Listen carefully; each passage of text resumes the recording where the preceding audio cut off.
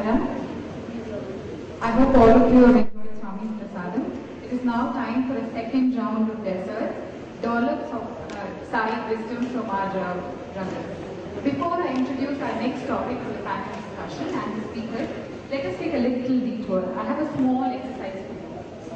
Since the whole morning session was spent in elaborate discussion about the guidelines for how to conduct bhajans as well as the three main ingredients of bhajans, bhava, raga and tala. Can anybody from the audience please volunteer to tell me which of these three ingredients is the most important? Swami often talks about bhava, raga and tala. Can anybody volunteer to tell me which of the three is most important? Oh, 10 on 10 for all of you who got that right. Pat yourselves on the back. Swami is really proud of you. You know why I'm saying this when I narrate this small example. Once Swami went on to give a discourse on bhajans, and during the course of his discourse, he emphasized greatly on the aspect of bhava. After the discourse, as is his wont, he went up to the lead singers and asked them if he understood what he said in the discourse. The boys nodded and said, yes, Swami, we understood. And then what Swami told them is of great relevance for us here, and that we must assume as the golden truth every time we sing bhajans, especially the lead singers. Swami said, and I quote, I said bhava is important only for those that are following the bhajans. Those who lead the bhajans need to sing with raga, tala and bhava. Only then those who follow can sing with bhava, and I can listen and enjoy. And this magic proportion, I'm sure all of you agree, can be perfected only when we involve ourselves in immense sadhana. At this juncture, I would like to emphasize to all of you that this is our next panel discussion on how sadhana is very important for a lead bhajan singer. It is my pleasure in introducing the panel members for the next discussion. The moderator is none other than Brother Sonam, an alumnus of the Sri Sathya Sai Institute of Higher Learning. He is an exceptionally good singer, a talented musician, a composer, and has more than 200 bhajan compositions to his credit. He has also composed music for many of Swami's plays, such as Bhajam Govardhan, Radha Krishna. I now request Brother Sonam, please come forward and take his seat as moderator.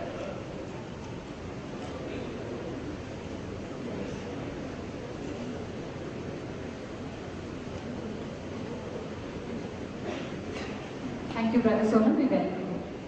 Our next two panelists are not only those who feature in Bhagwan's A-list of singers, but they are also Swami's very close boys, and they were chosen as Swami's personal assistants for many, many years. Brother Rupak Sharma, who I welcome to come forward and take his seat, is also an alumnus of Swami's college. He was fondly called Chinna Rupak by Swami. Swami also made him sing the bhajan Allahu Akbar almost every day during the 1979 summer course. Welcome to you, Brother Rupak. The next panelist, Brother Sri Lakshmi Narayan Kote, hails from the district of Chakkadi in the Dakshin Karnataka province in Karnataka. He is also a Swami student from the university and was much loved by Swami for his perfect rendition of bhajans such as Jai Ma, O Baba Sai Baba. Brother Kote, welcome to you. The next panelist, Brother Hirok Chandra Kote, is also a Swami student. Well known in the Sai circle for his mellifluous voice, he was also among Bhagwan's most loved singers. It is interesting to note at this point in time that all the three panelists, Sri Rupa, Sri Lakshmi Narayan and Brother Hirok, were the first Ramkatha singers for Swami. And what is unique here is that none of them speak Telugu, but still were perfect in their rendition of the Ramakatha to our beloved Bhagwan. I'm sure all of you agree here that we have all assembled to give, gain and grow. I hope all of you derive incalculable benefit from this fraternity of musicians. Today, now we are brothers.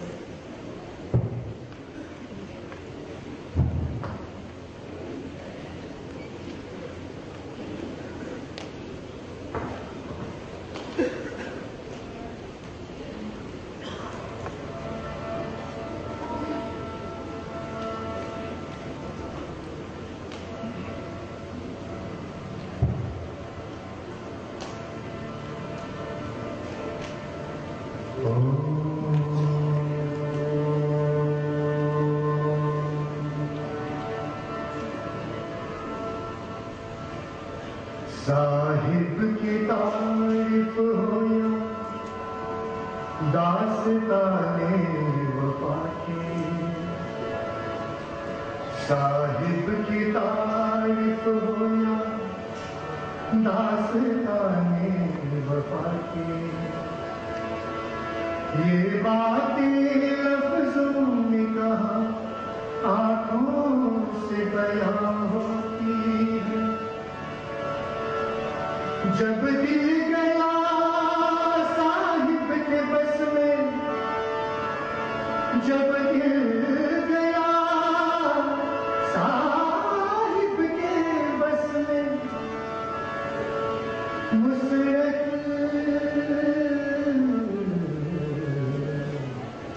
आंखों से कहा आंसू से बयां होती है।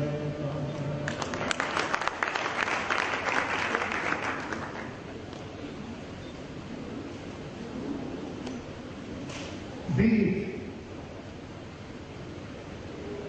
praising the Lord in all His magnificence. Be singing the glory of His Leelas and Mahimas, His never-ending stories of His compassion. It's not possible for one to do all this in terms of mere words. The expressions of our devotion are more seen when you look into the eyes of a devotee. The way they express their fondness, the pangs of separation. But when the heart is stolen by the master, then what happens to the devotee? He is tongue-tied. Neither the eyes can express anything, but only the incessant flow of tears cascading down the eyes, wetting his cheek. And then the person doesn't know. A person who is in total bhava samadhi would not be able to express his love in words. This is the theme of this beautiful song, of this beautiful sher, written by no other than one of our own students, Abhimanyu Paul.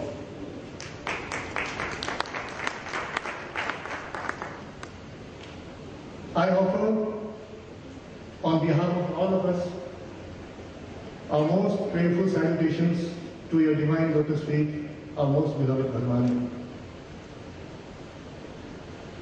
Revered State President Sir Dakappa brother,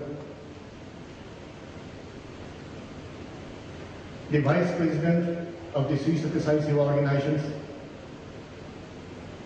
all the office bearers who are here today with us for this second round of panel discussion, and all those who have come from far and near to participate in this most auspicious, historic event ever in the history of mankind.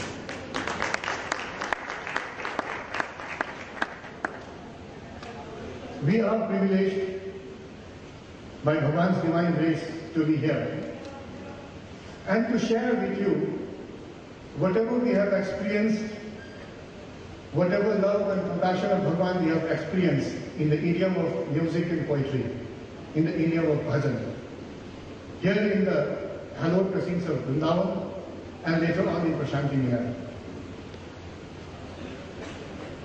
As it has been so rightly said, we have a stipulated time and we are not going to get into the intricacies of the mandate that we have, because we have been discussing that throughout the morning. We just want to take you down memory lane and in a very sing-song manner tell you about what we have learned in terms of bhajan from Bhagwan. And that might be some of the takeaways, some of the take-homes at the end of the day. One of the most wonderful things that comes to my mind at this juncture, as a history student, we have been talking about the great devotees of yore. And here in the hall, if you see, we see the entire galaxy of wonderful devotees who preceded us in the past centuries. And then they paved the way, they showed us the way to devotion, devotional singing and reaching the feet of the Lord through devotion. But then when we look back in time, in retrospect, we understand that the entire expanse of time between 14th and 17th century are what we celebrate as the Bhakti movement. Because the entire span of time is studded with wonderful, great devotees of Bhagwan. Bhakta Tukaram, Namdev, Jnanadev, just name it, Mirabai, Surdas. And then down in South India also, we have the great Muthuswami Dikshitar, we had Purandar Das, we had Bhakta Tyagaraja. And to this day, their immortal compositions continue to inspire devotees from far and near. But when I stand here today and then look at the galaxy of devotees, singers, musicians who have come from everywhere, and then we talk about a movement which is the Sai Sangeet movement, which is going on throughout the world today. It's a worldwide movement. We understand the legacy that we have inherited from Bhagwan. It is not just you and me sitting and singing 9 bhajans in a bhajan session. But it is all about inspiring the masses, everyone to sing together and reach and realize our divinity, our latent divinity. And that has happened for the first time in human history. Imagine the times when, during this Bhakti movement, people were singing the glory of their chosen one, their Ishta. Mirabai was singing the glory of Shri Krishna. But then these movements were happening in a very sporadic manner, in a very individual manner. Things that were happening everywhere. But then it was not a structured movement of the masses. Today, in retrospect, we are able to club together 300 to 400 years together and say that it was a veritable movement, a Bhakti movement. But today, you and me have been contemporaries of the avatar, the Yuga avatar. And God Himself manifesting to tell us how to sing His glory and then reach Him. Can we ever imagine this happening anywhere in history? The goal becoming the guide, the pathway, and telling us, come on this way, you sing this way. And in the times to come now, we are going to very elaborately tell you about some of the wonderful moments that we spent with Bhagwan and the way He inspired us to sing. So the first facet of a Sai Bhajan, which I need to tell you, although you know it very well, but then the reminder is always good, is that the Satya Sai Bhajan movement, which was started by Bhagwan Himself, by inspiring us to sing, and this morning we have been hearing it from Brother Dinesh, from the All India President Sir, that when he sang the first bhajan, Manas Bhajare, a movement had already started. And I just want to recall at this juncture, in 1956, those days in Prashant Vinilai, bhajan used to be sung by wonderful devotees like Pandurang Dikshit Sir, Raja Reddy Sir, Bhajan Vijaya, and then Mohan Rao Ji, Irani brothers. They used to sing bhajan, Kalyan Chaudhary, Ram Lakshman. Now what happened was, I heard it from one of the great singers from the Irani brothers. One fine morning, they were all sitting and talking to each other. And the subject matter was, what would happen to bhajan in Prashanti land if Raja Reddy Garu would go away for a long time or go away for good from Prashanti land. You know, sometimes we tend to feel that we are very indispensable, that without me, how will bhajan happen? And then they closed the topic, they went home. In the evening, Swami came out, emerged from his interview from his personal room. And then Swami said, this morning you were discussing about what would happen, what would be the fate of bhajans in Prashanti land in the absence of Raja Reddy ji. Then Swami said, generations of my devotees will come and sing bhajan and continue the tradition in Prashanti land. That's what happened. And then he also said, mind you, in 1956, he said, my boys will sing my bhajans. Now when I say this, kindly don't misunderstand me that only his boys will sing bhajans. You know, when Swami says my boys, it's a very generic term. My boys are my boys, Swami says. And who are the Pilawaru of Bhagwan? All of us. Because Swami never said, only my students are in the university. But my boys, who are these wonderful seekers of truth, seekers, lovers of bhajan, going viral all around the world. These are Swami's boys. And Swami, at that point of time in 1956, how would people understand at that point of time that they were going to be a part of this movement, an institution by itself, the most informal and unconventional institution of music ever constructed and established by any avatar any time. So this movement we are talking about today. And then, today when we go around, as lovers of music, we go and listen to kacheris, listen to concerts of famous artists. And believe me, that Satya Sai Bhajan today is taken by the world over renowned musicians as a distinctive system of Indian classical music by itself, a genre of Indian classical music. This is the hallowed status that Sri Satya Sai Bhajan has attained over these years. And if there are people today who are ashamed to sing a Sai Bhajan, because I might be dubbed as a bhajan singer. There are a lot of people I have met so many people who feel that, okay, in a bhajan session I am a bhajan singer. But then elsewhere in some other club he would like to sing some other song. Then he would be or she would be ashamed to say that I am a Sai bhajan singer, because no one would like to be styled as a prototype. But here is a wonderful, wonderful thing to relish, that we are a part of this movement, we are a part of this Sai Sangeet, and believe me, unless we plunge deep into our devotion to Bhagwan, we cannot become Sai Bhajan singers at all. It's not easy, because so many playback singers have come and met us, we have gone to them, and one particular thing they ask us invariably, how to compose a Sai Bhajan. Because they are numbers.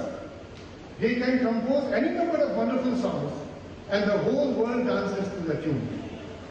But then when it comes to Sai Bhajan, they say they are stuck up because we don't know how to compose a Sai Bhajan. Because there is some element, a subtle element in Sai Bhajan which cannot be comprehended, which cannot be deciphered, cannot be explained in terms of any musical terminology. And that subtle tattva is with you and me. We have inherited that from God. We have learned how to sing bhajan in that style.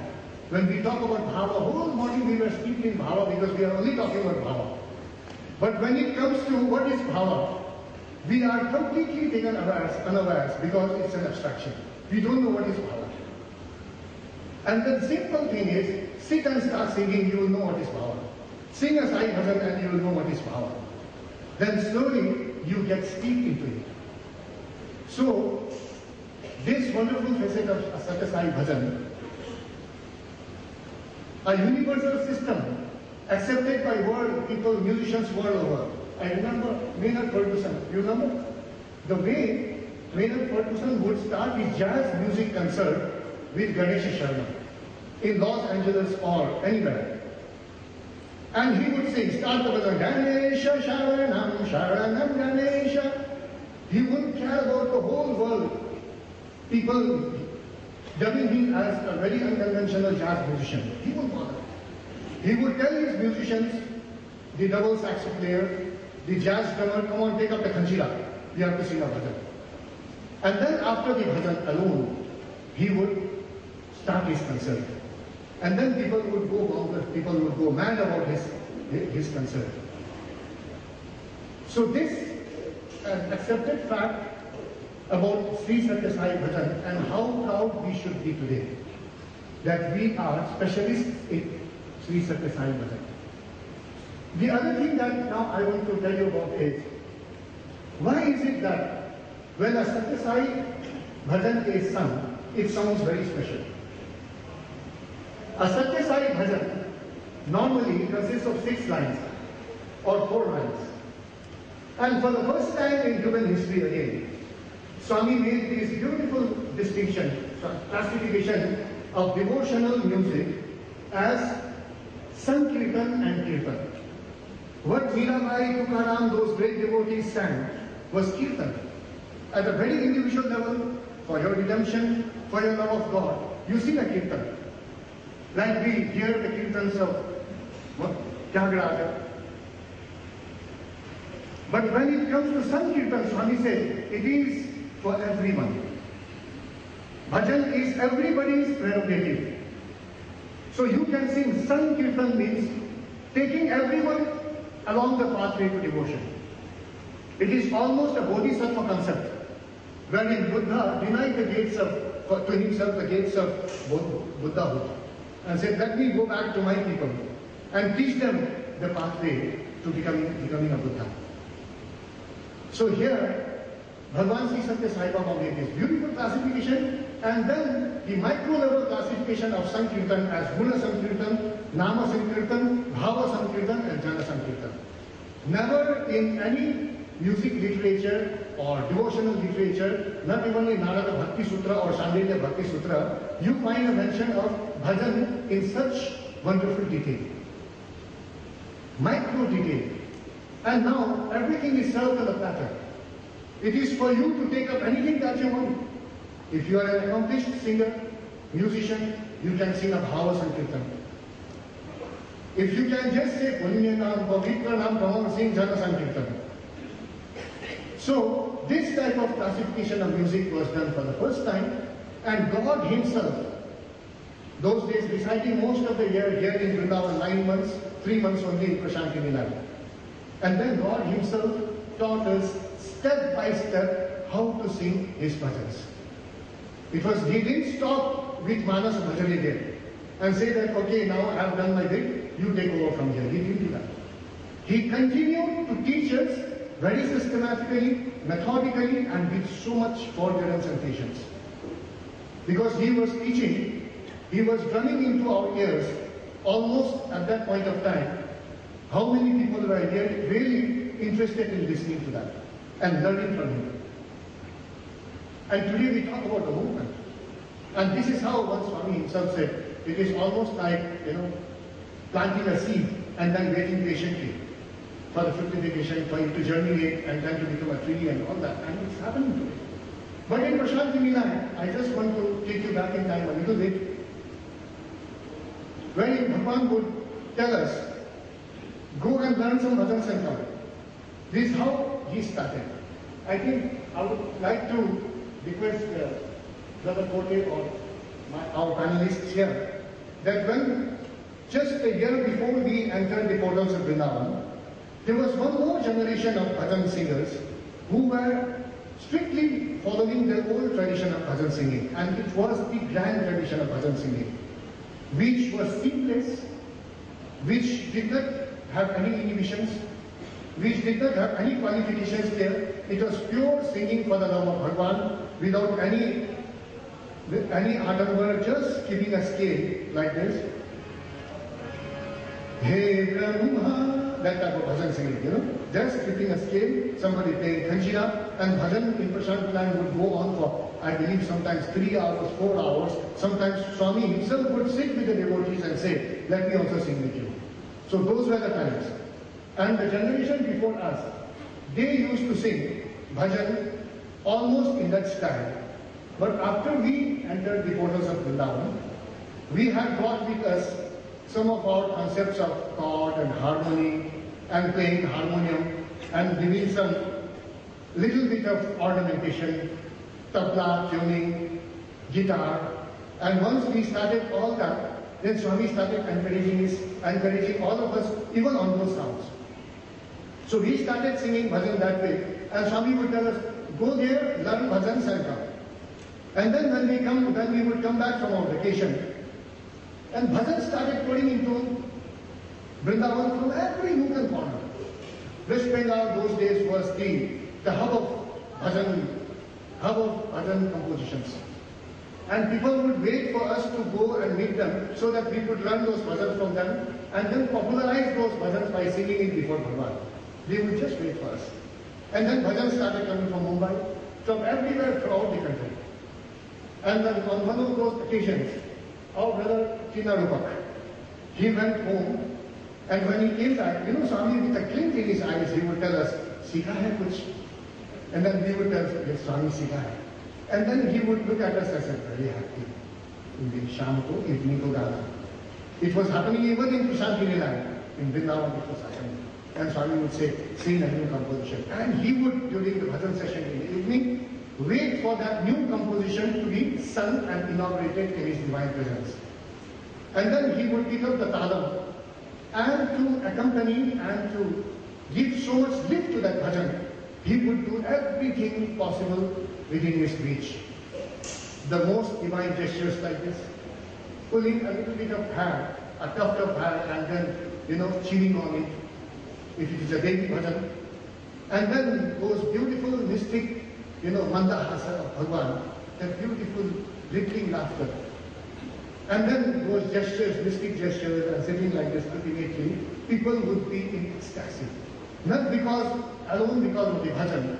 The master who would have composed that bhajan to somebody somewhere, then allowed us to learn that bhajan from there, transport it to this place, sing it in his presence, and then he would give a total facelift to that bhajan, and then he would say, what a wonderful rendition, you sang it very well. This is how he would tell us. So, one of those occasions, Chinarupak went home, and he learned that bhajan. I want you to hear it from him. Please tell that about bhajan bina sukh shanti nahi, and trying to sing that bhajan also, so that we all enjoy it. You.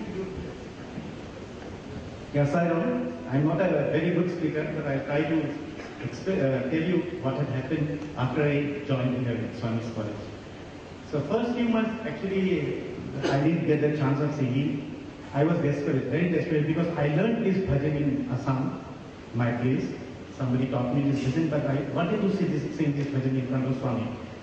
But I never got that chance, and I somehow wanted some way. Then on 26th of January, maybe it was 1977, I asked my warden, sir, today is my birthday, can I give Swami something? Oh, it's your birthday, today you take Swami's dinner. I was feeling so good. So in the evening I went upstairs, Swami already finished his dinner. I was just waiting there. Then Swami called me, he gave me some dinner, I had the dinner. And then after that, he asked me, you're from Assam? You sing bhajan? I told Swami, yes, sir. Sing. Then I sang this bhajan, Sai Bhajan Bina Sukha Shanti Nahi, which I learned, and that was my first bhajan in front of Swami. So, should I sing it now?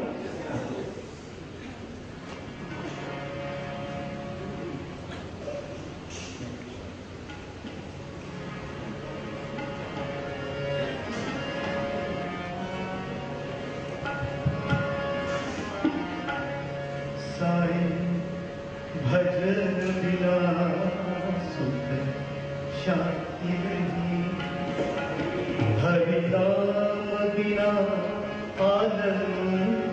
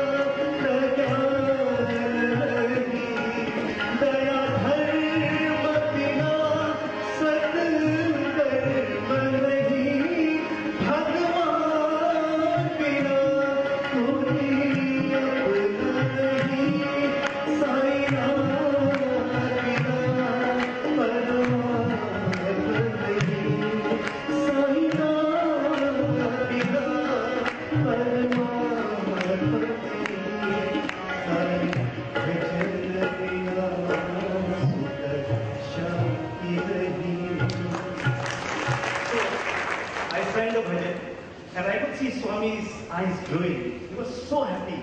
And then he made me sing one song, 2 songs, 3 songs, maybe for more than 1.5 hours. He made me sing Assamese songs, folk songs, Hindi film songs, all types of songs. So I was so happy. So I thought, my days have come now. So then next day morning, in the evening, Swami, as usual, he called all the delegates and all the VIPs. They told, there's a boy who has come from Assam, all the way from Assam. Do you know, he sings so beautiful, he sings nice. I should not say like that, but Swami told, that's what Swami said. And he went towards the Gokula. And then there also he made me sing this song. So like that, for a year or so, he made me sing this bhajan. And in between, sometimes Swami calls me for an interview. Then he calls me and tells, sing. Then I'll sing one line. And then again he'll tell, I'll sing. Then he'll sing Sai Bhajan Vina Sukha Shanti Nahi. Then slowly I could understand that Swami was learning that bhajan from me. So I feel I was getting chances. Swami used to give chances. So everybody used to tell you are getting very good chances. All these days you are getting very good. But actually, Swami used to call me, learn the bhajan from me, one by one, each time. And after a year or so, and during this year, maybe this 1 year or so, Swami made me sing this bhajan for, I never used to get a chance to sing any other bhajan, except Sai Bhajan Mera.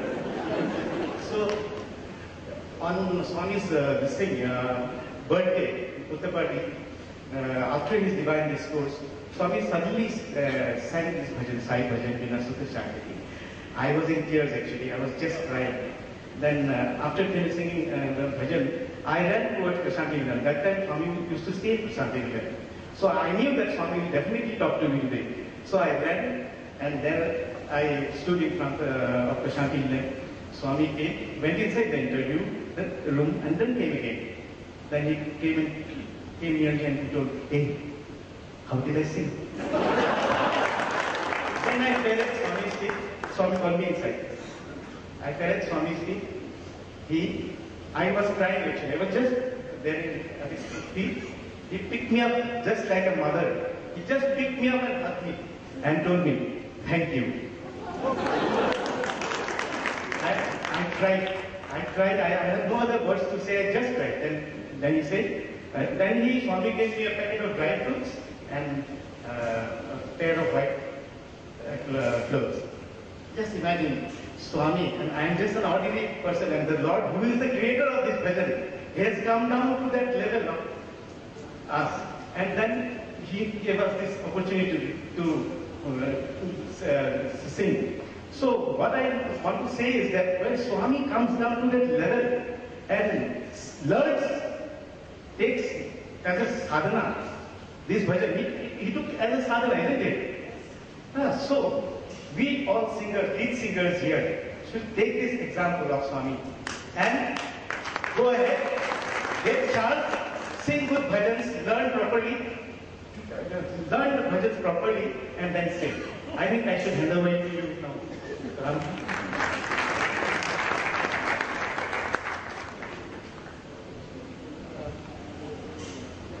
Taking off from where Rupak and Sonam, you've heard him sing, both heard Sonam singing, you've heard Rupak singing. They are singing beautifully. But are you aware of the fact that none of them are trained? They are not trained singers. They have not gone to a music teacher to learn music. They have just learned this from that encouragement which Swami gave them. God, in His all compassion and loving form, comes down. The Creator comes down as the creature, and then moves around with us. What does He do? He tells us, listen, look at Rupak Sharma.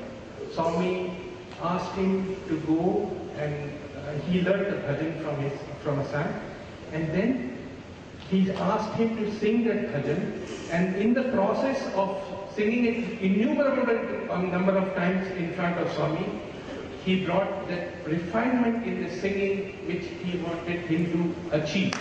Right? So that's where Swami brought about the raga and the tala. And as a lead singer, all of us have got a huge responsibility.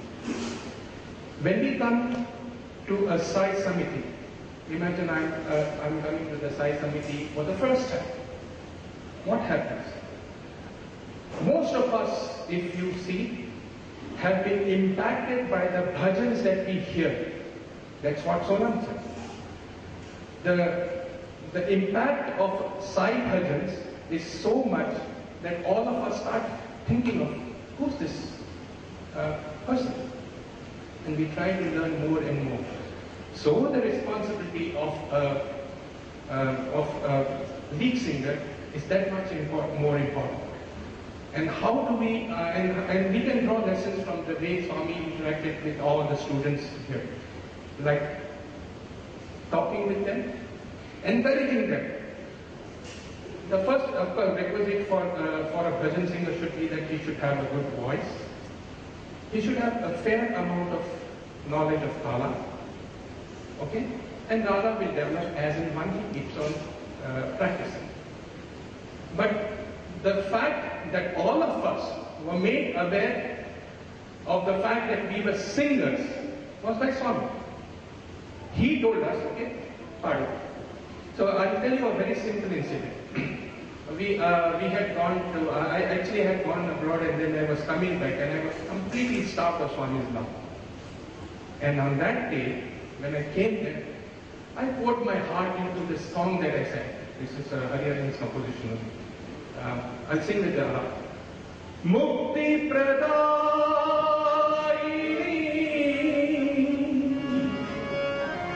Prema Pradayini Shanti Pradayini Ma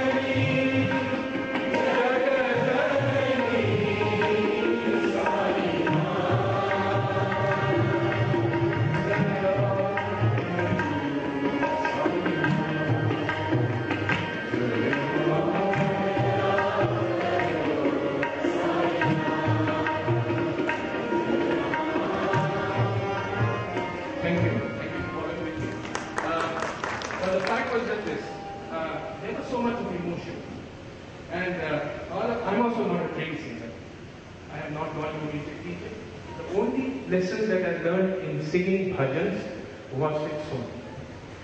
So when I was singing this song, Swami was listening to the song very nicely and then giving talam and everything, and then suddenly got up, went out, and told all the people there, Professor Anil Kumar, the Vice Chancellor, Evaru paadunaro telusa? Manakku. Who's singing this, do you know? My boys are singing this song. And then you could actually feel the emotion amongst the people. Everybody was completely immersed in that singing. That's what a lead singer should be doing. You have a voice, you have the gift of singing, you can definitely get bhava into the singing. But when you start singing, and if each and every person in the audience is able to connect to God through your singing, that's what is known as community singing. And this is what Swami wants each of us to do. When he was training us, when he used to talk with us, I'll tell you one thing. Swami is the master musician. He is the divine musician. All the raga, tala, everything is under his control. But then, still, he used to come and tell us, no, you sing like this. There used to be times when Swami used to be, he stopped giving darshan for people. People are waiting for his darshan, but he stopped giving darshan. And what was he doing? He was sitting down with a group of, say, Rupak Sharma, Sonam, Ote, or me. And then, asking us to sing, teaching us to sing bhajans. And like, take for example, when Swami came and told, how did I sing to Rupak Sharma? Can you imagine the humility of God? He is the creator. He is the divine musician. He comes and asks his creature, the person whom he has created, the person whom he has taught, he comes and asks, how did I sing? That is the humility of God. That is the legacy that each of us will have to carry forward. The impact of your singing should be such that when we sing, if we are able to get 10 people to commune with God at that time through our singing, your singing has reached its zenith. Your singing has reached its destination. Your singing is what is so that is what is required in singing. I'll tell you a small thing. Like take for example, so as I said, we are not trained singers. Harikaran also, you also know we are not trained singers, right? None of us. You are also not a trained singer. So none of us were trained singers. But then Swami should still keep on telling us, you sing. Why? With all the top musicians sitting in front of him, he'll say, Sonam, sing one song. Okay? At that point of time, we as normal human beings would be thinking that, what is this? One very famous musician has come in front of us, and we are going to sing one song. One small person who is not even trained in singing is going to sing a song. Why did he do that? I am reminded of a song which Swami used to love singing. Prabala prem pe पाले पढ़कर प्रभु को नियम बदलते थे अपना मान तले तल जाए पर भक्त का मान ना टलते देता which basically means what? He is encouraging you to sing, and it doesn't matter. He knows that this, if I give him the chance, because he's got the talent, if I give him the chance to sing, he will be able to sing and then sing well. This is the story of all of us. You also. All of us were encouraged, and then in each aspect, Raga, there was an internal gift from God. God gave us this gift, and He gave us a chance to express that gift to Him only, commune with Him. But He made us aware of the fact that you have this gift of singing.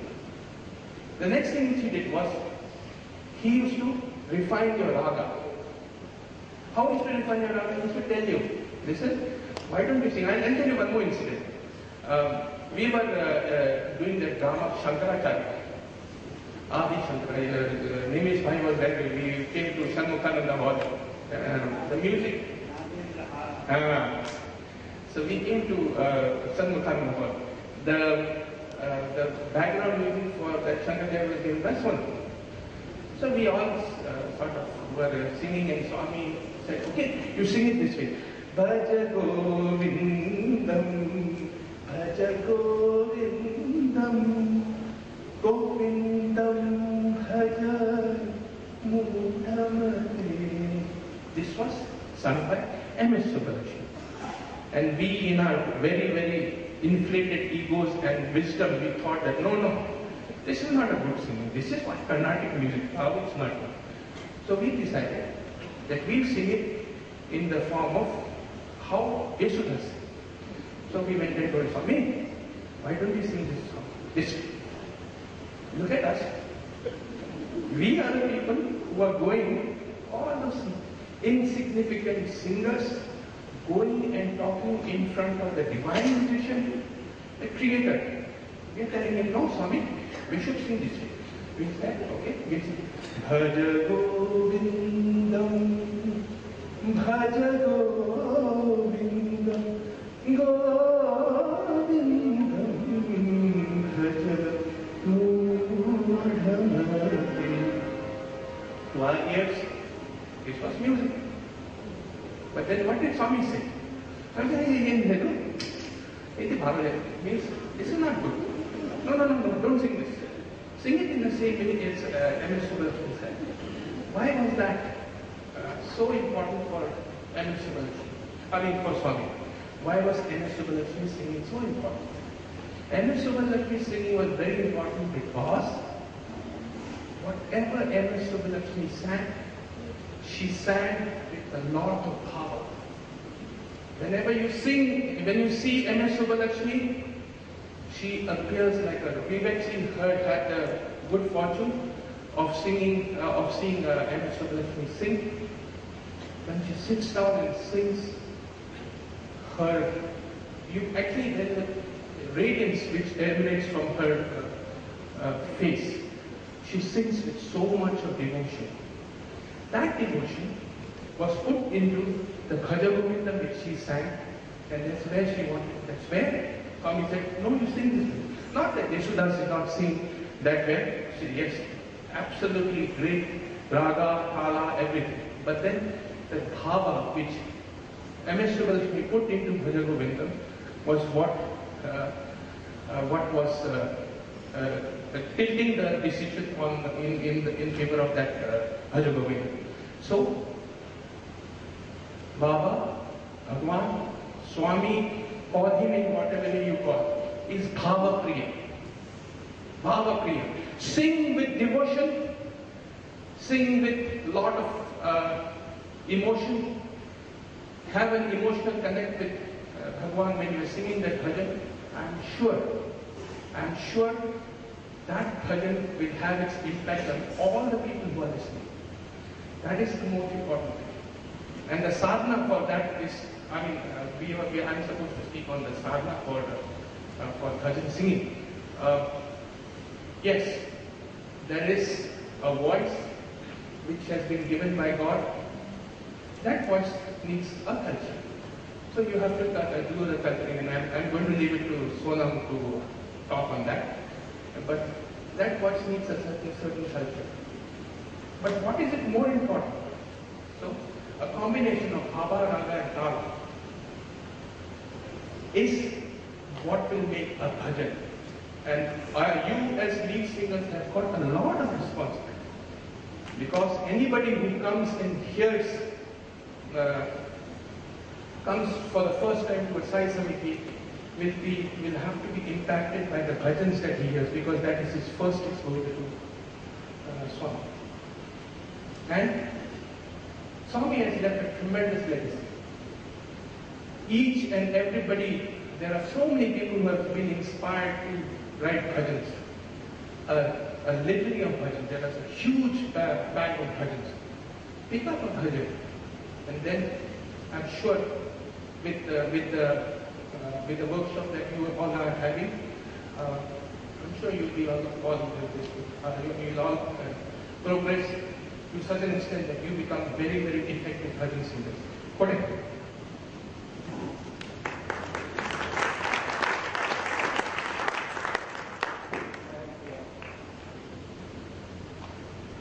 Sairam to you all. So everybody are emphasizing on bhava.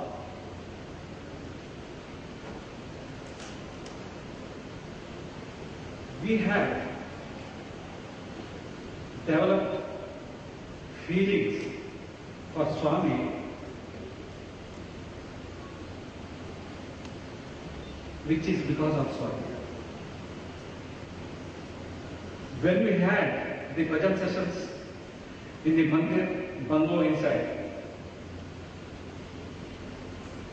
he would ask, he would give the signal, come on, you sing. So, all the time we were on our toes, expecting that he would ask us to sing. Sometimes he would specifically to sing his own choice. We have to be ready for that also.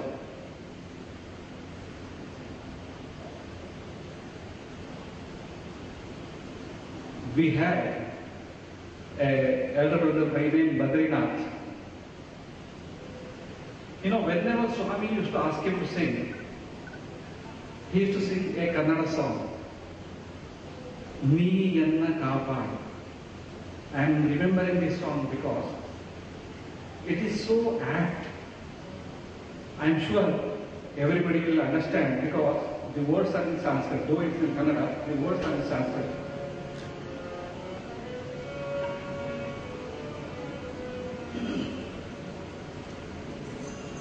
One speciality of bhajan is that, see, when you are alone, sitting alone, you can sing for yourself. And when you are singing in community, it can be followed also. So this is a bhajan. First I will sing solo, then let us sing together.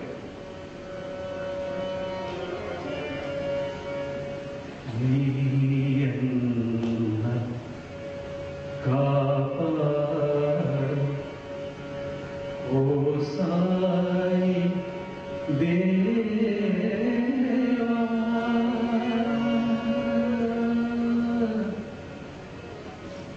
Neevilladaarugati, O Sai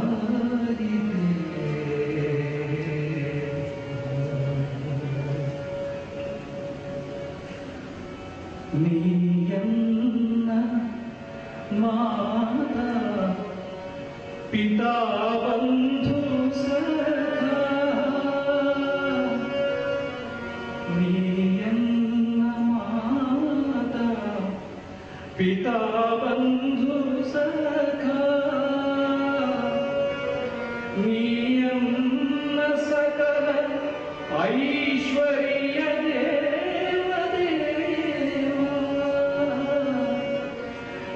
Niyanna Sakala Aishwarya Deva Deva,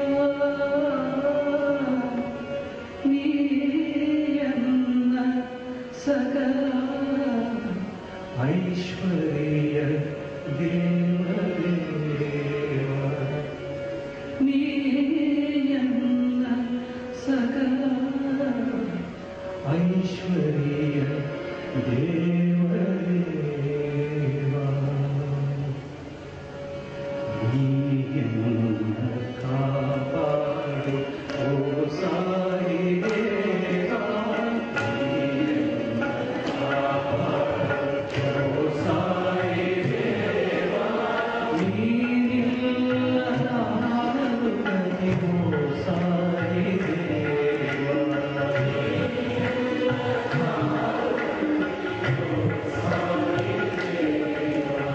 Niyanna Mata Pita Bandhu Sakha, Niyanna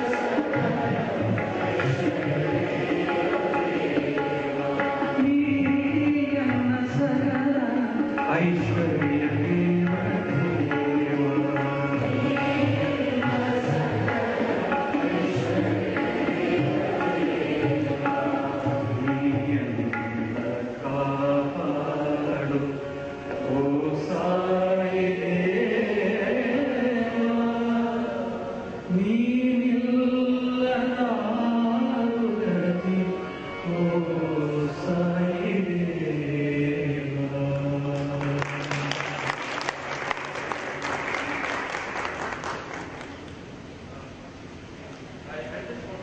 Just translate what the song is. Not that I know much of Kannada. Niyanna kaapadu na o sai deva.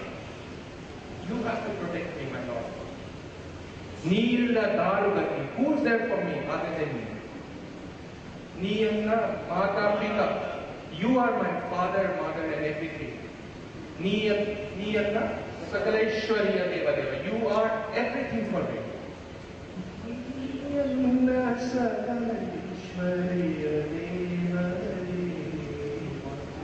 So the translation of this is what I think when we are singing as lead singers, this is what, see, when we during the Adi Shankara drama, when Swami was actually asking us to do this. And Adi Shankara drama was a musical drama. It had a lot of singing. So, and then Swami was of the old school. I mean, now it appears a bit, please pardon my, forgive my arrogance in saying that Swami was of the old school. But then Swami, what he used to tell? He used to say that when you are acting itself, you sing the song. Okay? When you are acting itself, you sing the song. So acting as well as singing. So all of us, Sona, myself, we were all very, very, like we were a little bit afraid. All we are human beings. We are actually taken over by some of this fears that normally assail all of us. So we were very, very frightened. And then before this drama was to start, Swami came again. Saw everything is okay also. So at that point of time, I without my stick, I can't see without the stick. I saw the red rope and I went and told Swami, Swami, meere kaapadare. I told him what? Swami, you only should protect us. He told, don't worry, I will see everything. And the performance went through. All of us went through our performances, and it was very, very appreciated, very well received. And I do remember that going to Sanmukhananda Hall also. There also Swami was completely on tenterhooks, asking them to increase the mic or all this stuff. But then after that, Swami wrote a letter to Nandindaya. What did he say in that letter? మా పిల్లలు చాలా అద్భుతంగా చేశారు. So what does it mean? My boys have done an outstanding job. What outstanding job did we do? He was the person who said, because we have asked him every time we go and tell him, Swami, please protect us. This was this thing. This was normal running feature amongst all of us. Whenever we used to sing, I'm sure this will be of some lesson to you. But whenever we sing, we always pray to the Lord, that Lord, you protect me. Meeru kaapadali. You protect us. And then that's how, all of us sang, and then it came to the full. I don't know the full song, sir.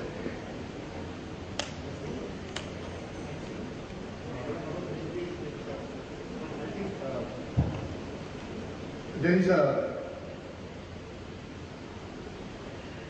very popular demand for that bhajan Prabal Premke because he mentioned it, and we used to sing it in Vrindavan, the old bungalow in Vrindavan before Bhagwan, and Swami would immediately tell us what to sing. And Prabal Premke was one of the songs which he had mentioned.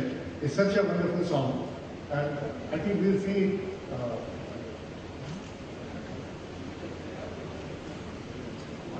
Just a little bit of it, he will sing it. Prabal Premke Aage Padkar Tumko Niyam Badalte Dega. Somebody has requested that. I think we can sing that song. Prabal Premke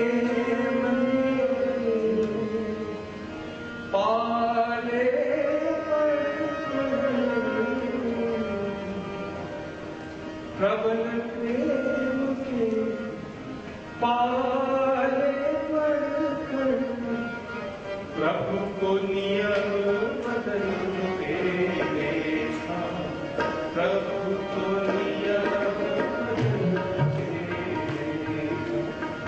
प्रबल प्रेम के, प्रबल प्रेम के, प्रबल प्रेम के पाले पढ़कर प्रभु को नियम बदलते देखा, प्रभु को नियम बदलते देखा। अपना मान टले टल जाए पर भक्त का मान न टलते देखा।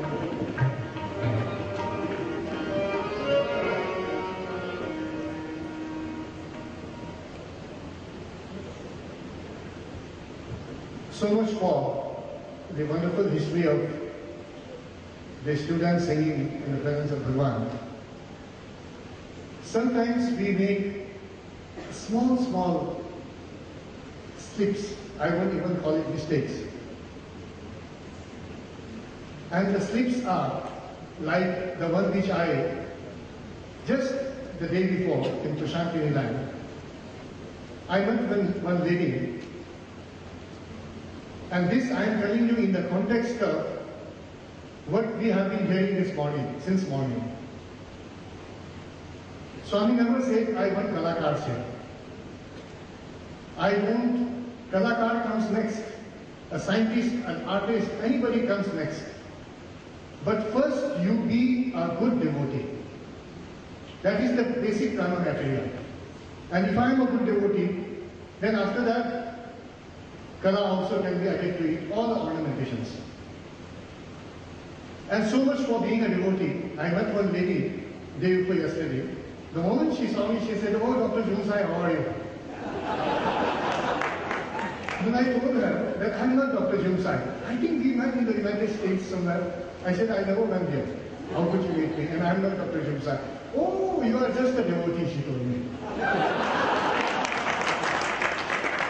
See, the other day, just a few months back, it so happened in Prashanti Nilayam, somebody from the ranks of the devotees again came up to me and said, "You know, nowadays I am sitting here in the portico. The portico is a place where the office bearers, those who are the office bearers in the organization, working in the ashram, they have a place there to live. So a little bit of segmented place where there is a place allotted for different people." So he came and told me that, "You know, nowadays I have a place here. Just wanted you to know that. Earlier I used to sit with the devotees. Sometimes we also make some small slips. One day one student was speaking. In the flow of his talk, you know what he said? Once upon a time, when I was a devotee." Now I am a student. So we get carried away by what we are. And Swami keeps telling us, do you sing wholeheartedly or sing with a hole in the heart? Do you feel the abhav or do you feel the bhav? Once he came to the Bhajan hall, and that was the place where he would enact all his wonderful leelas and mahimas and teach us most informally. As Hirok was telling just now, none of us, we were taught in the conventional school of music. But the school of music was such that it surpasses anything on earth. Today when we go around and people ask us, "Okay man, you people are singing ragas and you know the swaras. Where did you learn this bhajan, learn music, and what is your dharana?" And I started telling everyone, I belong to the Sai Dharana. And you know, your heart swells when you tell them that I belong to the Sai Dharana. And we have learned it unconventionally, the Sai way. Because we didn't learn the technicalities of music first. We learned how to feel that abhav with bhav. And this we did at the Lotus Feet of Bhagavan. As I said, in the bhajan hall, here in the mandir itself when we started, and Swami would tell us, he was encouraging the heart of youngsters. And he continues to do that even today. He continued till he left his divine body. And he continues to do that even today, warming the heart of devotees, bhajan enthusiasts. But at the same time, we used to have a few stereo-comical things in Prashant Pram happening. A lot of students would gear up to sing bhajan in the mandir. Because bhajan is such a thing that we feel bhajan is very suram, very easy. Anybody's cup of tea. So yesterday's bathroom singers also come out from the closets and say that I can also sing a bhajan. So they would go up to Bhagwan and say, Swami, I want to sing a bhajan. Swami would say, yes, go and sing. And then that boy would proudly come inside and say, come on brother, put some scale, I have to sing bhajan. And the bhajan would be totally devastatious. Whether you keep a scale and you would be on the other scale. Then after some time, one day it happened in my life, the Swami just came straight and said, Bhai Pakistan. It's a fantastic word when we hear it from Bhagwan, your heart stops, I'll throw you out. Bhajan is so bad. Just going down to dogs. You know, you think these people are joking there, sitting in the down there waiting for bhajan, listening to bhajan, listening to your bhajan, and you are singing totally offbeat, out of scale. What is this? Then Swami just pat on my face. Yesterday I was telling Rupa, he said on my face, and I still can feel the saliva dripping down my face. Then imagine the Amrita. And then Swami said, if bhajan goes on like this, I'll stop the bhajan completely. What is it? Then after that, we all gathered up again to reconsolidate the bhajan session there. So boys would come and say, I want to sing, no, you can't. And the boys would immediately misunderstand. In the old Yural manner, they would misunderstand and say, why can't I sing? And then the answer, the reply was given by Bhagwan to us. We seniors started telling them that definitely you have been allowed by Bhagwan to sing. Because we asked Bhagwan, Swami, how to tackle the situation? They take your permission, you give them permission. You give them Abhay Asta, like Bholanath. And then they come and say that the Swami has given me permission, he is the highest authority. Who are you to tell me not to sing? So how to tackle the situation? Swami said, tell them that right from your birth, salvation was your birthright. But was there not a tag around with you? And the tag was that you wrote out your salvation. You have to work hard, you have to do sadhana to earn that place, to earn that God realization. Permission is already granted. So here also, when I permit you to sing a bhajan, you people should use your knack. Swami would say knack, K-N-A-C-K, knack. Swami would tell us again and again, use that knack and tell the students that Swami has granted you a very conditional permission. And the condition is, precondition is, you practice and come. You deserve to sing. Without deservedness, we cannot sing. And you know, deservedness doesn't tantamount only to being proficient in music or singing well. Sometimes if your throat is not in condition, it simply means that today you are grounded by divine will. And you should not sing, because even they serve God who sit and get silently. It's not necessary that every time I must barge in and say that I want to sing.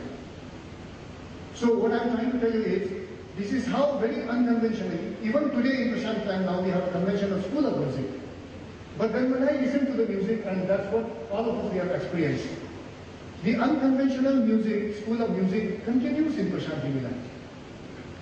They don't learn music. They would have learned music someplace, somewhere. They would have come to Prashant Pram, and Prashant Pram provides the best conducive environment to hone our skills, to really sharpen our skills, our talents. Everything is at your disposal. All that we need to do is sit and practice. And I found that they sing much, much better than those who are technically endowed to sing. And this is happening everywhere throughout the world.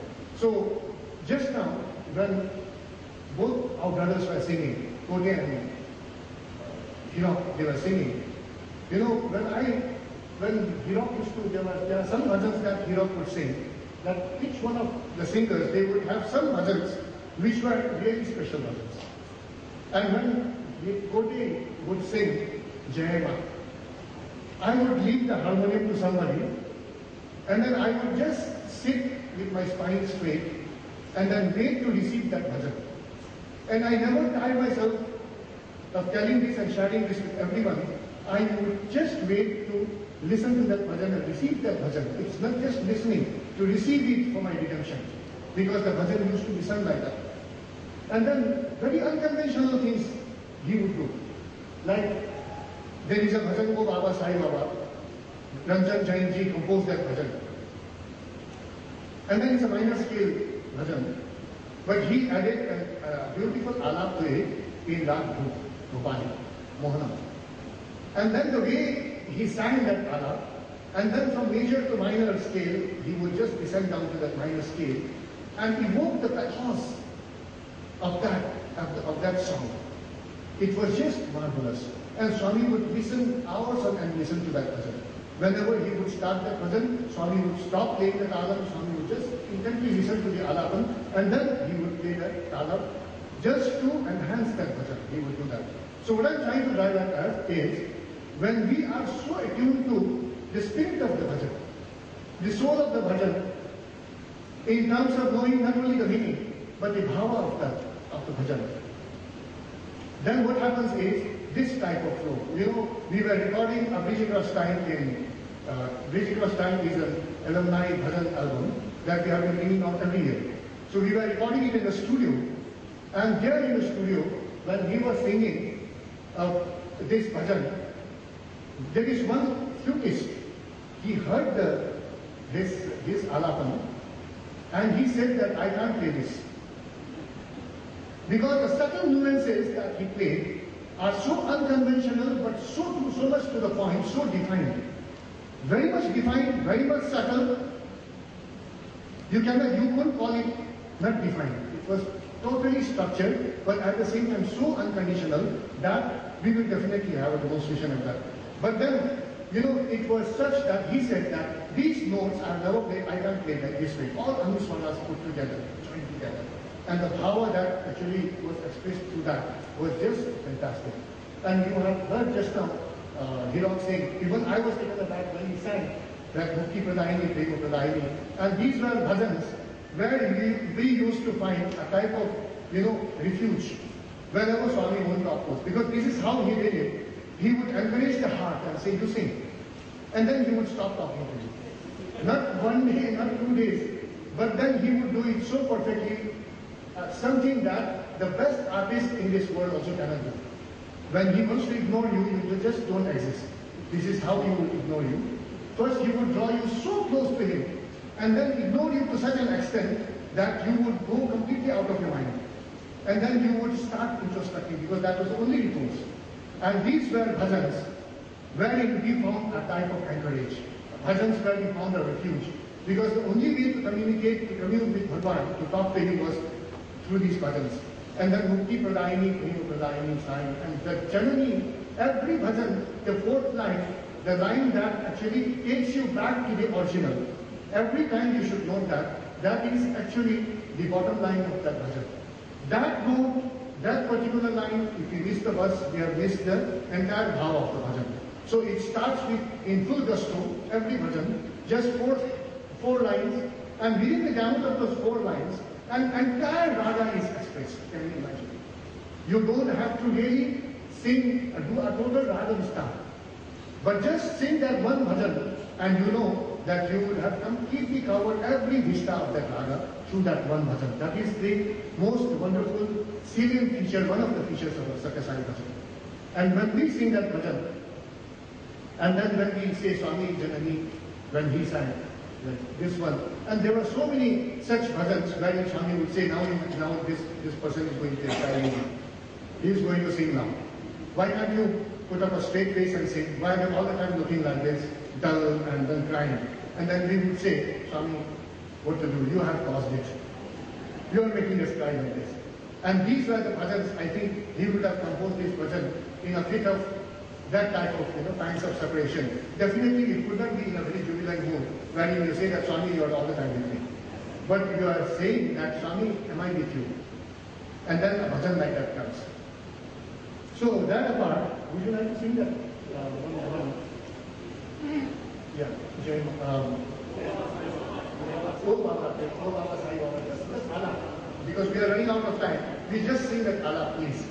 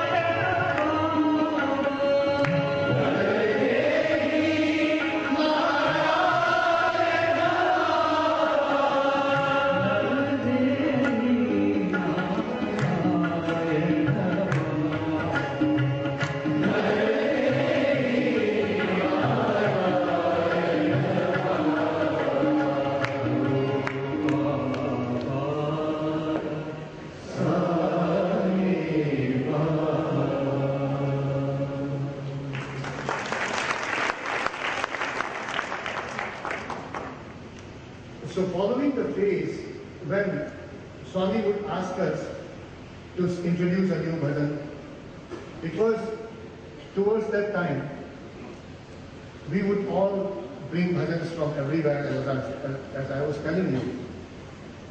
I had learned a bhajan, Antar Jyot Jagao Sai, which is so famous and everyone knows it. And I had the privilege to introduce that bhajan in Prashanti Milani. And I learned it from the composer, Devnath Mukherjee from Calcutta. And as I had learned it from him, I just rendered it here. The moment we came, as usual, Swami said, Ishara kiya, just one gesture. Do you have anything new? Yes, Swami. And in the evening, he didn't sing for the bhajan. So I got a third number to sing that day. So I thought I will introduce the bhajan. It was a very big audacity on my part because Swami was not on the chair.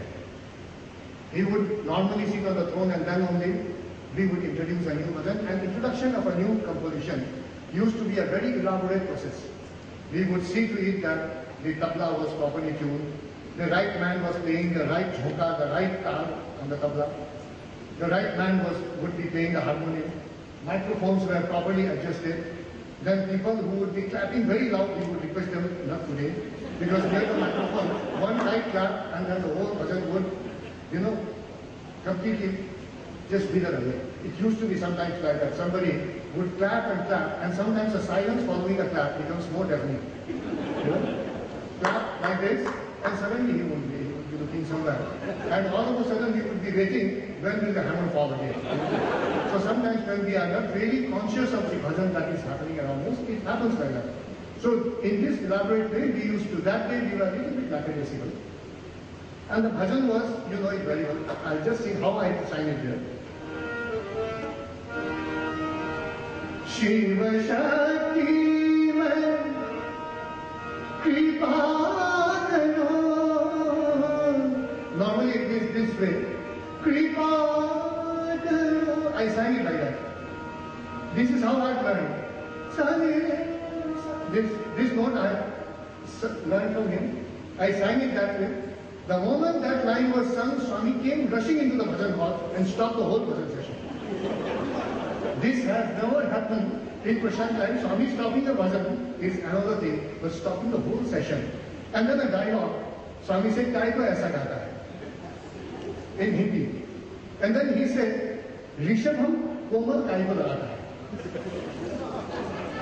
Then I said, I was about to tell him that Swami, this is how I learned it. Back came the reply from him. He said, "Usko aisa nahi sikhaya. Usko aisa nahi sikhaya. Rishabham shuddha lagao." Then he made me just there only sing it straight. I was so by the time shaking. And then somehow or the other, I said, "Shiva Shakti Kripa." Then Swami said, "Haan, ab shuru karo." Then the bhajan was resumed. I tell you, he had taken my life away. But then when the bhajans resumed again, and I was allowed to sing once again, because you know, it's not because the Lord tells you not to sing, but the ego that is hit at that point of time. So much of things jutting out from everywhere. And then wherever you touch, you know, it's a very sore thing. That it really hits you very hard. And he knows how to pinch you. He won't talk to you. And this is how he would really size us completely to nothing. And then make us fine for him. And then so that the bhajan would become better. There would be so much of feel in that bhajan once again. So whenever there would be an abhav of bhava, then he would do this. And there would be umpteen reasons for him to do it, because we were like holes, you know, everywhere. So many mistakes, so many mistakes. One day I went and told Swami, "Swami, I have committed a sin completely." "What is the sin?" Swami said, "And it could be just all ears." Swami said, "I talked and talked last night, because till 12 o'clock I almost didn't night out." And Swami would say, "Like cats, you are entering from one room to another room and talking and wasting all your time. Why do you do that?" So I said, "Swami, I have done it." Immediately Swami said, No, you didn't commit a sin, you committed a mistake, rectify it." So there he was rectifying, and this is how we sang. If you want, we'll sing this bhajan once together. Antar jyoti jalao sai,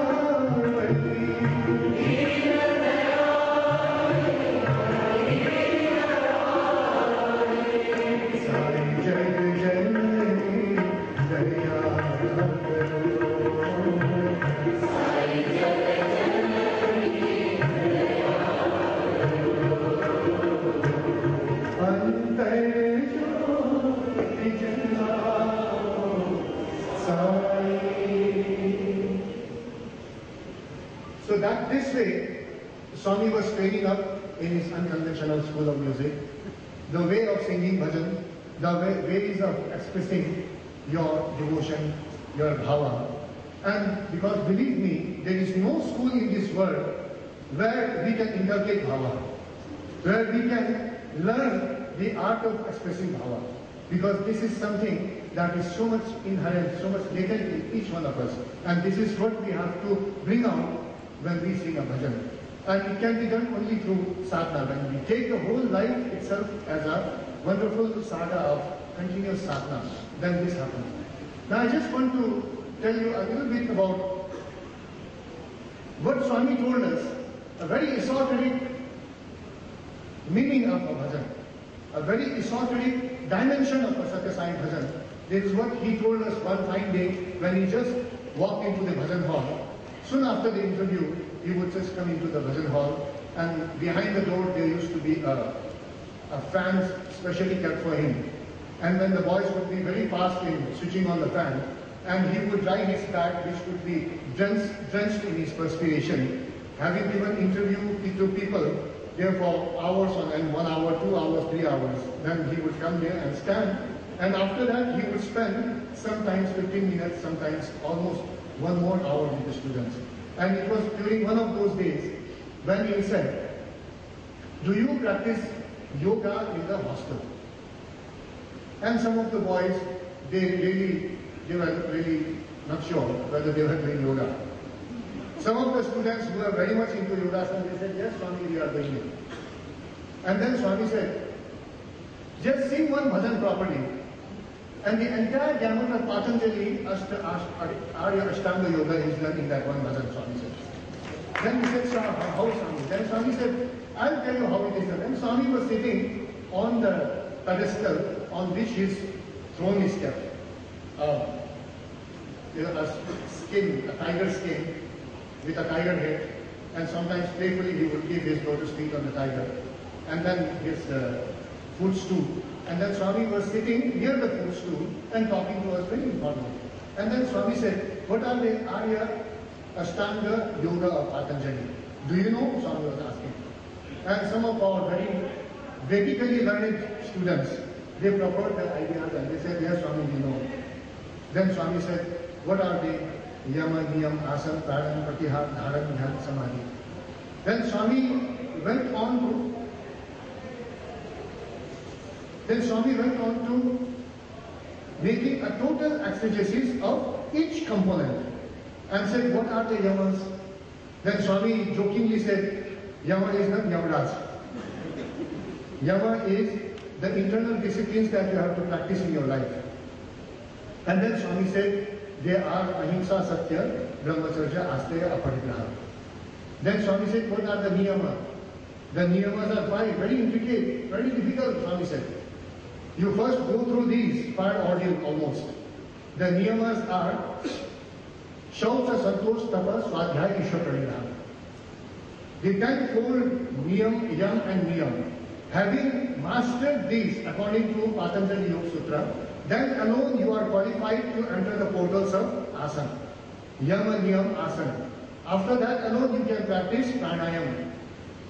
And then you can practice Pratyahara, when you withdraw yourself, your senses from the world of external stimuli. And then after that, Dharana, Dhyana, and then alone Samadhi. Swami said, such a long way to Samadhi. And here I am telling you, Samabuddhi Samadhi, he said. The most beautiful thing that we learn from Bhagavan and that we see in Bhagavan as the most universal teacher is the simplicity with which Bhagavan makes everything so simple, breaks down everything, the most complex of things that we would have made completely knotted and complex over the centuries. And he makes it so profound and so simple and says, so simple, take it. Then he said, when you sing a bhajan, what happens to you? Swami said. Yama and Niyama are already practiced. Within the framework of that one bhajan, sung properly. That is again very conditional. We should not take it for granted that, okay, I sang one bhajan, Yama, Niyam, done. It's not that at all. When you sing that one bhajan, there is an internal and external discipline which are automatically the body, the mind relates to it. Because we have a mindset to sing a bhajan properly, Yam and Niyam are already practiced. Because singing a bhajan is the most profound expression of the truth. Shaucha, Santosh, Tapa, Swadhyaya, Ishwa, Pranidhana. When we sing a bhajan, there is immediate purification, external and internal purification. Shaucha. Santosh, there is total contentment when we are singing a bhajan. Shaucha, Santosh, Tapa, it is the highest tapa when you are practicing a bhajan. Because so much tapa would have gone into that one bhajan properly sung. We would practice hours on end. To sing one bhajan, we would have sung 100 times before Bhagwan. And then once again, Swami would tell us to sing that bhajan, and we would take it for granted. We would practice that bhajan once again and go there. And believe me, the bhajan that we are singing today, if the bhajans have improved, because through our own years, we have seen the improvement in that bhajan, all this over the years. And it's because of constant singing that bhajan, constant practice of that bhajan. For us, riyaz doesn't mean sitting within the confines of a room with a tanpura. It's not that at all. But singing a bhajan again and again with that diligence, with that devotion, with that self-confidence. That is what makes a riyaz in the Sai. And then when we, Swami said, Yama Niyam Asan, when you are practicing Shaucha Santosh Tapa, Swadhyaya is, when you sing a bhajan is the highest Swadhyaya. You don't need to read any more book, because Dhaya Akshar Satya. You don't have to really know the profound truth by reading a very big text, just that bhajan tells you what is Advaita. And Ishwar Pranidhan, that bhajan itself takes you to that moment, when you become one with yourself. And then same thing with Yama, when you are talking about Ahimsa, Satya, Asteya, Brahma, Satya, Aparigraha. I won't go into details in that. But then Swami said, Swami was graphically telling us each one of these components, the micro components. Then Asana Pranayam is automatic. Swami said, please underline this. You have to score this. You have to underline this. When we sing a bhajan, it is the highest pranayam. Because without proper prana regulation, it's impossible to sing. When you are singing a very intricate bhajan, a bhajan like Bharti Shwari Jaga Janani, see that Janani is sung articulated with the last air which is reserved in the stomach here. We talk about the navel this morning, Nabhi Swara. But when you are singing, the last air that you have in your body, in your stomach here, in the inner recesses, that is what sustains that one note. That one note is sustained by that. So imagine the pranayam that we are practicing in a bhajan session of 9 bhajans or 12 bhajans that we are doing for one whole hour. It's a total pranayam in session. Pratyahara, because when we are singing bhajan, definitely, hopefully, none of us we are getting mentally, emotionally entangled in the world there outside. That I'm going to hammer that guy, I'm going to fight with him, I'm going to struggle with him. None of these things. I have got so much to struggle. That deal I have to do after this bhajan. Soon after this bhajan, I have to get to do that horse trading. Definitely, we won't be thinking of that. When we are in a bhajan, at that point of time, we are with a mindset to forget the whole world outside, our world. And then to say, Pratyahara becomes so simple. When we withdraw our senses from this external world of so many entanglements. Dharana becomes so easy because Swami said, it's very easy to do a dharana practice on me. Swami said, you don't have to, because my avatar is the simplest avatar, he said once. Simplest avatar, because from top to toe, he is so simple. He said, when you are trying to do a dhyana on Shiva, you might sleep off when you reach, come somewhere near the Trishula. By the time you think about the Trishula, and then come down to the snake and the serpent and go down a little bit, you might sleep off. Because it becomes so complicated. The form is so complicated. My form is so simple. My language is so simple. My teachings are so profound and simple. That's what Bhagavan tells us. So when we sing, Swami said, dharana is so easy. Dhyana becomes easier. Because once you are in dharana, dhyana is the next step. We just fall into that. And then after that, you are in bhava samadhi when you are singing. And that is the point when a bhajan like Koti sang just now, believe me, you hold your hearts and tell me. When he sang just now, this beautiful bhajan, Oh Baba Sai Baba. I have heard so many people, so many musicians, they sing with a lot of expertise and so much knowledge of the ragas. But then it becomes an exposition of that. To make it an exposition of your inner field, the way he completely lost himself in that bhajan. That is that moment of bhava samadhi, wherein all of us, it takes you, he is not the only singer, she won't be the only singer singing like that here. but then he or she takes the entire concourse of people sitting there on that road to that point, that culminating point of our Samadhi. And that is when, after 9 bhajans or 12 bhajans, when we emerge out of the Mangal Arati and then start singing Paramam Pavitram, then we understand, we won't even have words to say what a profound experience it was, that last 1 hour that we sat together. You won't feel like talking, you won't feel like listening to anything else. You are completely tongue-tied and mesmerized. And this happens because of that one bhajan sung properly, and to sing that one bhajan properly, imagine how much of tapasya has gone into it, because that person would have become a yogi at that point of time while singing that one bhajan. So within the gamut of that one bhajan, if I can become a yogi, and then about yoga, Swami also tells us, yoga karma sukoshanam, so we should never forget that dexterity in action is yoga. If this is what the sum and substance of Bhagavad Gita that Swami tells us, then we, you and me, we have a very big mandate as bhajan singers. It is not that, as I told you, we must deserve to sing a bhajan. It is not that everybody's cup of tea that I am going to sing a bhajan. That I must sing a bhajan is another very dangerous thing. Sometimes people who are not endowed with talent, they also feel that I am talented. Now that becomes a bane, a total destructive thing when somebody who cannot sing wants to sing.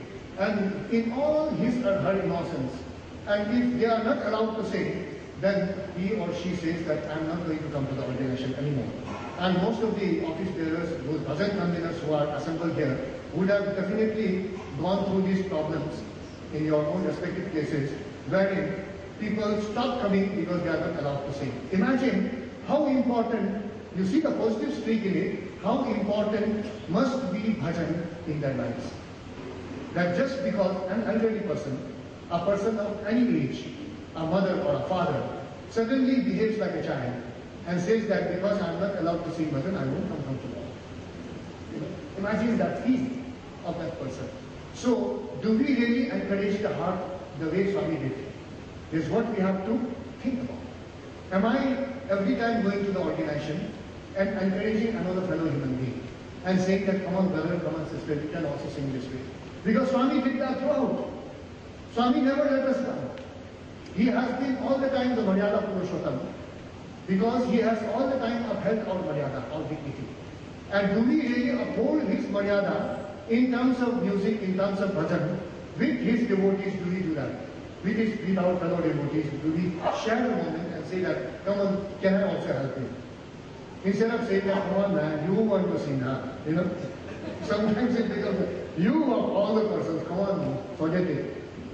It becomes devastating for that person. A lot of people get suicidal tendencies when they are not allowed to sing bhajan. You don't know. We have gone around and we have met with people throughout a cross section of people who are all enthusiasts. They want to sing bhajan.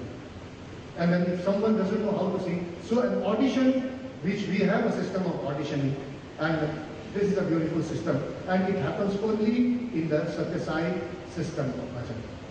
Wherein throughout the world, we hear about gospel music, we hear about so many structured systems of devotional singing. But here is one system wherein it's very structured, because it's the whole mass per se, we have to sing together. And when we are taking the masses with us, irrespective of the genre in which they are specialized in singing, their interest in singing bhajan, it becomes our sole responsibility to see to it that we follow a certain discipline, a certain structure, and then within that structure, we have enough place to play around, enough place to improvise, and then to showcase your talent. And when you are showcasing your talent, definitely it is the Madhurya Ras, it is the Karuna Ras, the Maitri Ras, all the highest forms of rasas are trying to find exposition, trying to find that type of expression through us. And that if we take it in the most positive tone, then it is always for the good of bhajans. And we have come to the end of our session today. Like we say, I don't know how much, we saw some of you dozing also a little bit. And it's but natural for us to doze a bit, especially after a nice sumptuous food. So sometimes bhojan and bhajan maybe don't go together. So you know what we did? we cut short our bhojan and we didn't eat our rice. Because we wanted to sing properly. When you have a tummy full, then sometimes the tummy drags you down. So, little bit of, maybe it was a little bit heavy on you when we were talking about technicalities. We have tried, we in fact had a totally different structure, but we plan one way and God has different plans. And Bhagwan planned it in such a beautiful manner that he just plunged deep into that beautiful bhajan. He got into that, and given the time, one day again we'll meet again, because I am sure that this is going to be a recurring program in the second side of the nation. Jai Shri.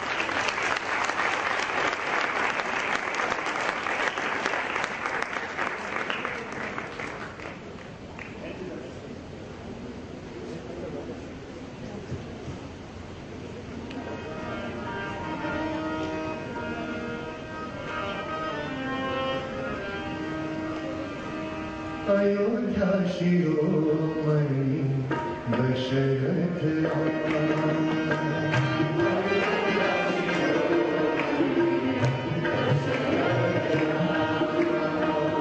Ayodhya Shiromani Dasharath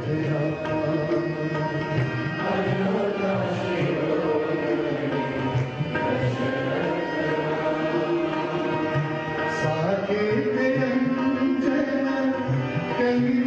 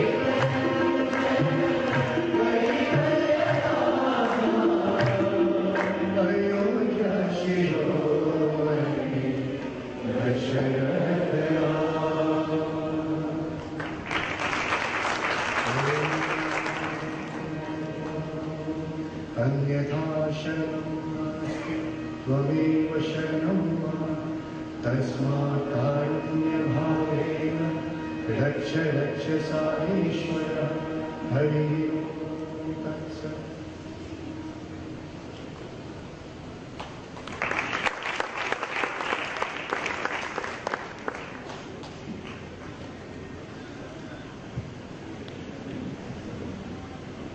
Listening to the brothers here and impelled to make this comparison, and I'm sure all of you will agree.